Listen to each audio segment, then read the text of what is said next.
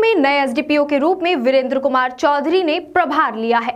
वे इस क्षेत्र में पहले भी रहे हैं, इस कारण इलाके की भौगोलिक स्थिति, क्राइम और समस्याओं से वे वाकिफ हैं। ऐसे में उनके आने के बाद सभी को भरोसा है कि वे कहीं अधिक सुगम तरीके से विधि व्यवस्था का संचालन कर सकेंगे। अधिकारी से हमारे पतरातू संवाददाता जय किशन पाठक ने बातचीत की। आइए देखते हैं उनकी यह रिपोर्ट। पतरातू के नए एसडीपीओ के रूप में वीरेंद्र कुमार चौधरी का पदस्थापन हुआ है। बकौल वीरेंद्र कुमार चौधरी, अपराध को किसी भी सूरत में आगे नहीं बढ़ने दिया जाएगा और अपराधियों को हम किसी भी हाल में नहीं छोड़ेंगे। ना अपराध और ना अपराधियों से किसी प्रकार का समझौता और ना उनसे किसी तरह की कोई बातचीत भी नहीं। उन्होंने आगे कहा कि पतरातू क्षेत्र से मैं पहले से जुड़ा हुआ हूँ, क्योंकि इसके पहले वह रामगढ़ डीएसपी के पद पर भी रह चुके हैं। ऐसे में सभी तरह के हालात से वाकिफ हैं और अपराध नियंत्रण ही उनका एकमात्र उद्देश्य होगा। पतरातू एक पर्यटन क्षेत्र के रूप में उभर रहा है और यहाँ हजारों लोगों के आने जाने पर अपराध को कैसे नियंत्रित किया जाए, इसके बारे में सवाल पर उन्होंने कहा कि पुलिस की एक दल हर समय पतरातू डैम परिसर के पास खड़ा किया जाता है ताकि किसी तरह की कोई अप्रिय घटना ना हो। इसके साथ ही उन्होंने जनता से भी अपील की कि आप लोग भी आगे आइए और किसी तरह की कोई समस्या अगर हो तो सीधे मुझसे संपर्क कीजिए, मुझे इसकी जानकारी दीजिए, उस पर तुरंत कार्रवाई की जाएगी। लोग बिल्कुल भयमुक्त रहें और अपना काम सुचारू रूप से और ढंग से करें। सर, बहुत बहुत स्वागत आपका पतरातू थाने परिक्षेत्र में, और हम लोग पूरे तमाम क्षेत्रवासियों की तरफ से आपका हार्दिक अभिनंदन करते हैं इस क्षेत्र में। इसके पहले सर आप कहाँ पदस्थापित थे?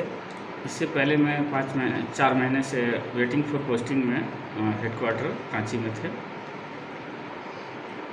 सर, आप पतरातू और पतरातू के क्षेत्र से मेरे ख्याल से पूरी तरह वाकिफ़ हैं, और दोबारा जब आपका यहाँ आना हुआ तो लोगों की उम्मीदें काफ़ी आपसे बढ़ी हुई हैं। हाँ, ये तो है कि मैं 3 साल पहले यहाँ का हेडक्वार्टर डीएसपी रामगढ़ हुआ करते थे, तो उस समय मैं पतरातू एरिया का देख रेख हम ही कर रहे थे और अपना हेडक्वार्टर का ऑफिशियल जो वर्क है वो भी संभाल रहा था।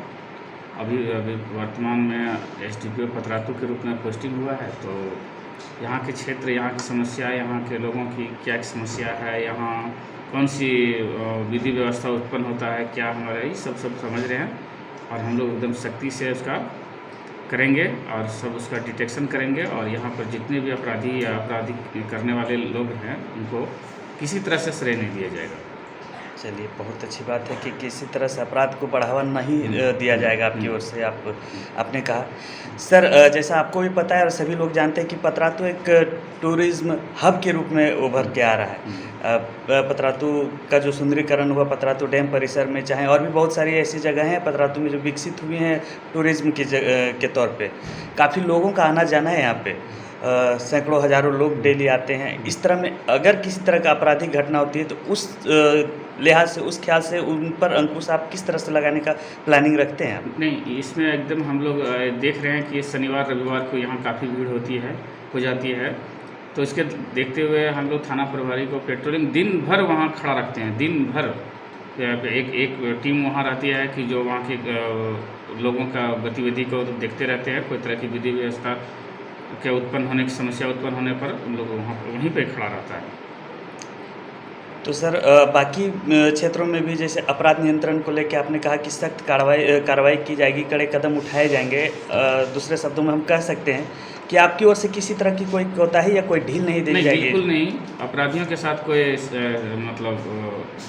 बातचीत नहीं। उसको शांत रहना पड़ेगा, तब क्षेत्र में रहेंगे, अन्यथा हम खोज करके निकाल लेंगे। चलिए, बहुत खुशी की बात है। सर, आप क्षेत्रवासियों के लिए कोई ऐसा नंबर अपना जारी करना चाहेंगे जिससे अचानक अगर किसी को आपकी ज़रूरत पड़े तो डायरेक्ट आपको संपर्क कर सकें? नहीं, एकदम हर लोगों का से हमारा हमेशा अपील रहता है कि एकदम सीधा हमसे बात करें। कोई बात नहीं, मैं 24 घंटा अगर फ़ोन नहीं उठाया तो आप उसका शिकायत करें, हमसे करें कि आपने फ़ोन नहीं उठाया, तो फ़ोन हमारा 24 घंटा हम उनसे बात करते हैं। समस्या जैसे कल ही एक जो घटना की बात हुई है, तुरंत वहाँ से घटनास्थल से मुझे ही फ़ोन किया तो मैंने तुरंत स्वयं निकला, इंस्पेक्टर साहब को भी और थाना प्रभारी को लेते हुए घटनास्थल पर पहुंचा और जायजा करते हुए उसी समय से हम लोग उसका डिटेक्शन में लग गए हैं। रात भर हम लोग कहीं बाहर इसी क्षेत्र रेड में ही थे और आज भी अभी भी हम लोग उसी का में लगे हुए हैं कि हम लोग कोई काम को एकदम त्वरित गति से हम लोग करके दिखाना है। मतलब समझा जाए कि रात की जो घटना थी उसको भी बहुत जल्द खुलासा उसका भी किया जाएगा। हम लोग ने उसको हम लोग एक तरह से कहिए कि टारगेट कर चुके हैं, बस उसको हम लोग अंजाम देना बाकी रह गया।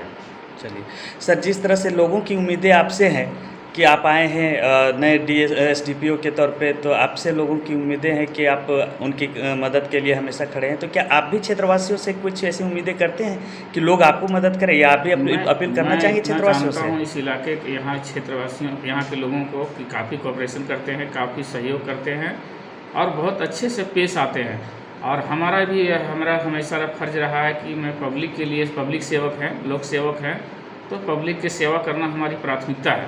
तो उनके साथ अच्छे से बात करना, उनकी अच्छे से समस्या सुनना, उनका समस्या का निदान करना मेरा एकदम कर्तव्य है।